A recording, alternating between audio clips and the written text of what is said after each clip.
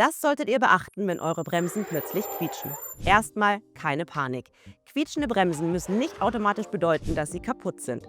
Oft ist das Quietschen aber ganz harmlos und schuld sind nur Staub oder Schmutz, die sich über die Zeit festgesetzt haben. Hier hilft meistens das sogenannte Freibremsen. Ihr bremst ein paar Mal kräftig und die Ablagerungen lösen sich von selbst wieder. Im Winter ist häufig Streusalz der Grund für unangenehme Geräusche.